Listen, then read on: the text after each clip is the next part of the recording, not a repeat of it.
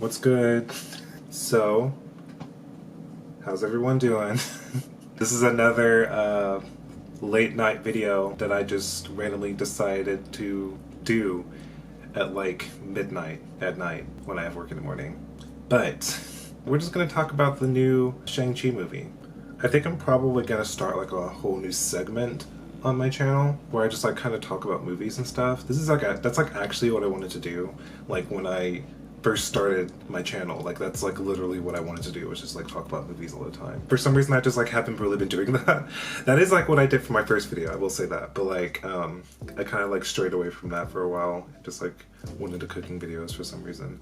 But we're gonna rediscover our passions and we're going to dive right into movie reviews. So yeah, the new Shang-Chi movie. First of all, my first immediate thoughts were that I really appreciated the representation for like Chinese media, because I feel like it doesn't get as much recognition as it needs to, or as it should. It's like a style, like a lot of Chinese, like, you know, movies and Chinese like media and stuff like that, like has like its own, like, you know, it has like its own like feel to it. And like, I mean, like obviously like every single place, every single culture is gonna like have like its own, like, you know, different style and stuff like that. So like I'm not saying that, but like I feel like Chinese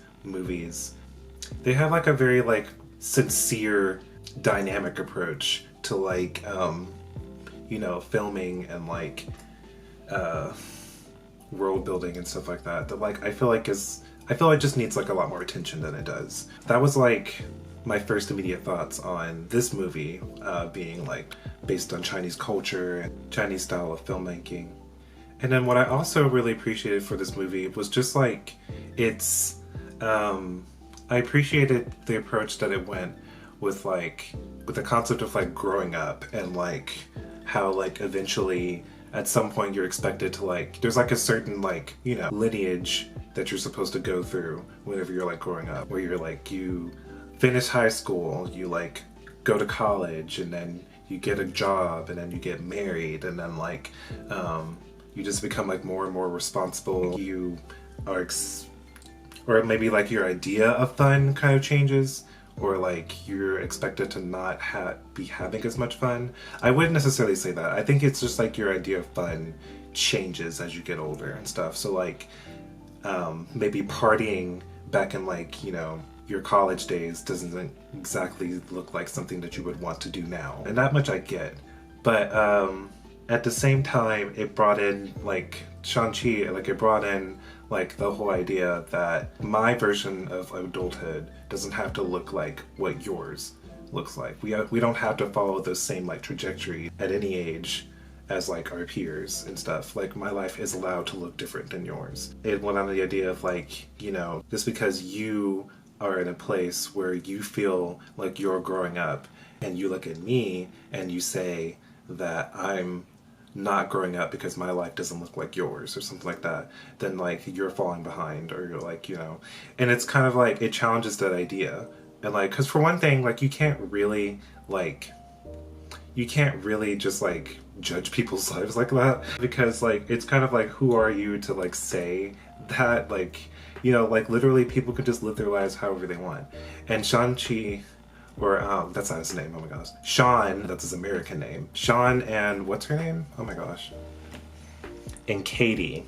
Sean and Katie are still in that point in their lives where like they just feel like they just want to party all the time. Whereas they're like, their friends are like growing up like working adult jobs and stuff like that, or like jobs that they feel would take them further in their career, which is also valid. Like you can do that, but at the same time, this is kind of like, how can you like really judge someone? You can't really like judge your peers for like how they decide to like live their lives and stuff, because, you know, like I said before, your version of how you want to live your life does not have to look like anyone else's.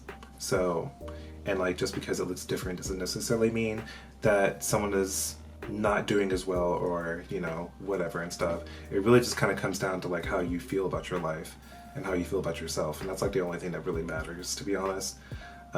Anyone else's opinion is kind of like not really, is not really like relevant and stuff. I feel like I'm getting like a little bit personal with this analysis and stuff. Like maybe I have some things that I need to like talk about. Like I really felt that for some reason. So like, I mean, if that like, you know, there's some transparency for you. So moving on. So the movie goes forward, like the fights were so amazing. First of all, it went like with the whole like kung fu movie dynamic filmmaking shots at the like dynamic angles and stuff like that, the freeze frames, the slowdowns, the whole shebang. It's just really interesting to like see that type of media enter like the Marvel Cinematic Universe space, and I was personally excited to see it because like those kind of fight scenes like always like kick ass. Like you can't like tell me that you've never watched like a kung fu movie and like that wasn't like the main thing that you appreciate is like just like those like dynamic shots and like how everything is choreographed and like all that, like, you know, that's like literally the focal point. It's like what you watch kung fu movies for. And then beyond that, also like the sincere like emotional aspects of the movie where like the emotions that were being displayed as very strong, and they tried to make sure that like it was felt that like these emotions were like being sincerely expressed. You really started to like feel for like Sean's family because you really got the idea of how broken and like how damaged it's become and stuff, and you kind of like incrementally find that out throughout the movie. First you find out that Sean was a serial killer, or like, you know, an assassin basically. He was sent out by his father to go and kill the person that was responsible for killing his mother and stuff, but you don't figure that out until later. And then you find out as a sister, and then you find out what happened to that sister and how she felt about being abandoned and not really looked at by her father. You get to get a sense of like both Sean's relationship to his father as well as, you know, his sister's relationship to their father as well.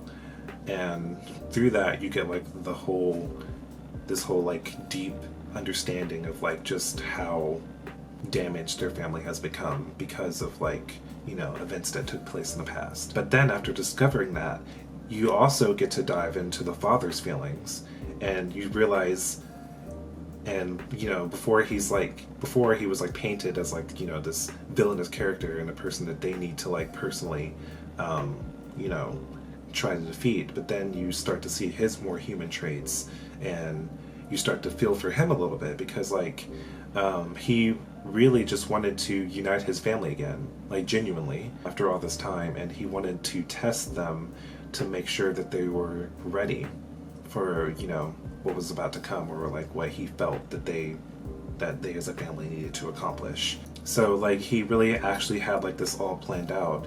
At least maybe not like from the very beginning, but like he at least planned it out at some point to bring them back together and have them become like a family unit once again. But he did have like his own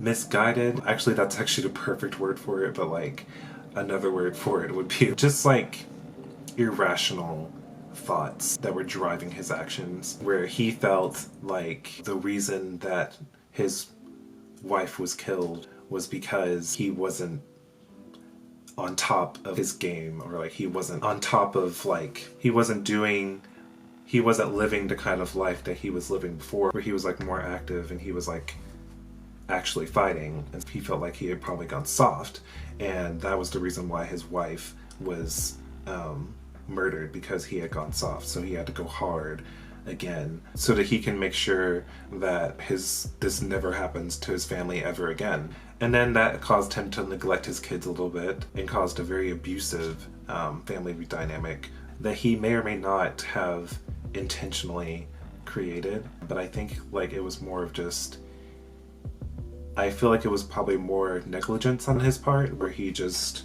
was so consumed in what he wanted to accomplish that he just kind of like disregarded his children's feelings in the matter and just like was only like goal focused. So, you know, that's that's something that also could have occurred. And then later after that, you get to see like the family's like reactions to that and like how they function as a family now that like, you know, they got their father back, but then they are losing their father again because they don't have like the same intentions anymore, and they don't have like the same like ideas in mind toward accomplishing a certain goal. Like his father believes that their mother is actually talking to him and like telling them that they need to come over there, but like from the get-go, Sean is kind of like, no, that's stupid, like why, there's no way that she would be talking to you from like beyond the grave, telling you that they need to go to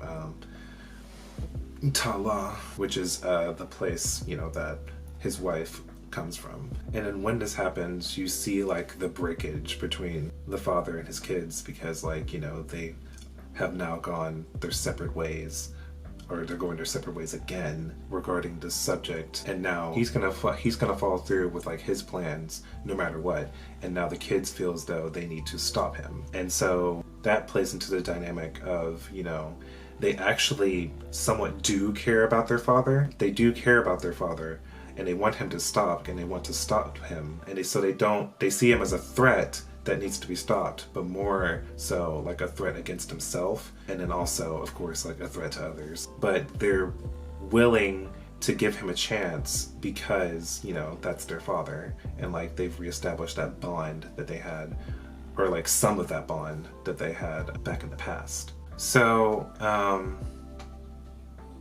yeah, I just think that kind of like got into like a really lengthy, drawn out like anecdote about that, but like I just feel like, you know, I just really like looking at like the deeper picture of things, and like I really like looking into like dynamics between characters and stuff, like more than anything.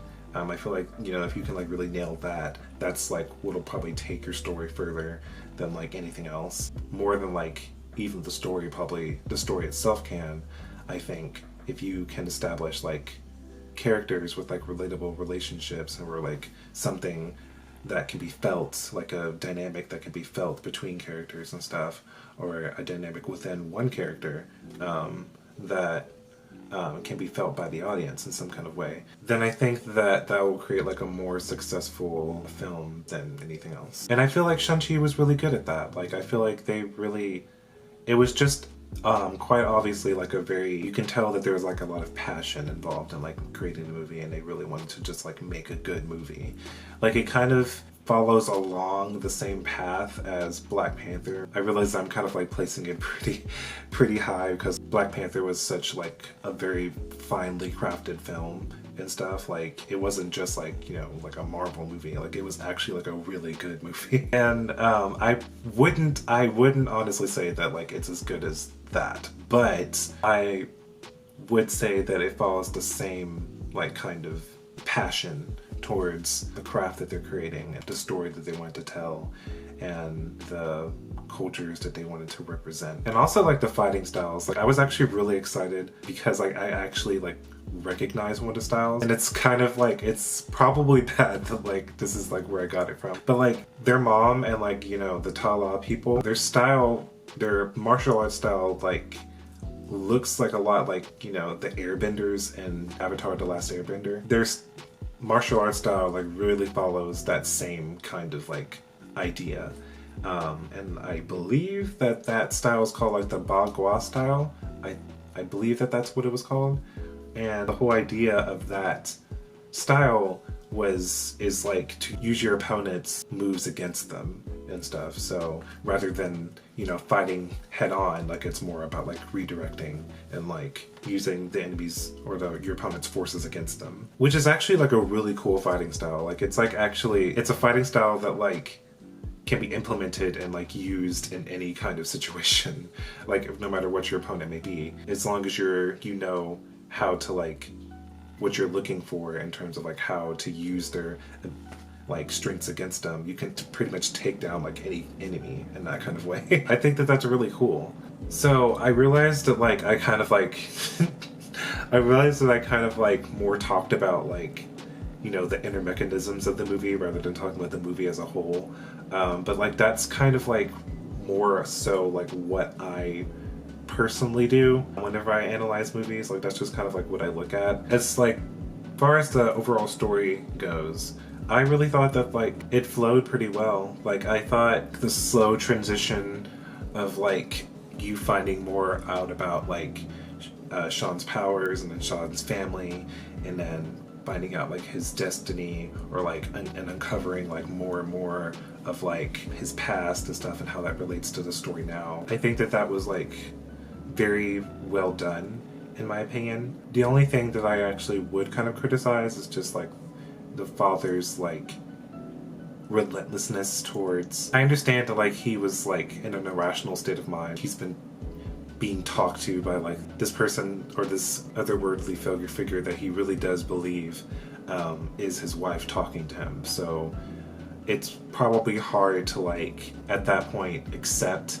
that like, you know, suddenly they're telling you that you're wrong and like, you know, that this is actually the case. Like it would be kind of hard to like let go of that like once when you've like held on to that for so long. But like it's just kind of like you get there and then the people that have been guarding the place for that long, and they're your wife's people, and like they're telling you like that there's a monster behind that door and they've been keeping it there, and it's probably telling you all these things and it has like the capability to do that. And your first thought is just like, you're lying. Like you don't like even like consider it. Like I don't know. Like I understand being like brainwashed to like a degree and stuff, but like he seems like he should be like a fairly smart man since he's lived for that long and stuff. Like I kind of would figure that he would think about it a little bit more before like he just like rushes in, and like despite like all these creatures like flying out of the door as he's like beating the door down, he didn't like once think like, hey, maybe they might have been telling the truth about like this, or maybe they were onto something about like hiding like a monster back there, since like all these tiny little monster creatures are like flying out as I'm beating down this door. But you know, like whatever. I just think that I don't know, that was like the aspect of it that I didn't necessarily care for. But like it kind of got like overshadowed by like, you know, just like the action and like everything else going on and like the story. So like you kind of like overlook that a little bit. So it's, I mean, like I still think that it's like a really good film despite that one criticism that I have. I hope that this made like some kind of sense and stuff. Like I kind of just, I don't know what else to say, and I kind of really tired. I just want to go to bed. So like I don't really want to talk too much about it more, but I hope that that made some kind of sense, and I hope that my thoughts resonated with you. And if they didn't, let me know, like, you know, what your thoughts are on this film, if you've seen it. And if you haven't seen the movie and you just like watched this entire video of me like giving like a really deep analysis of this movie and spoiled the fuck out of it for you, I'm sorry. So yeah, I think that's probably where I'm gonna end the video, and without further ado, deuces.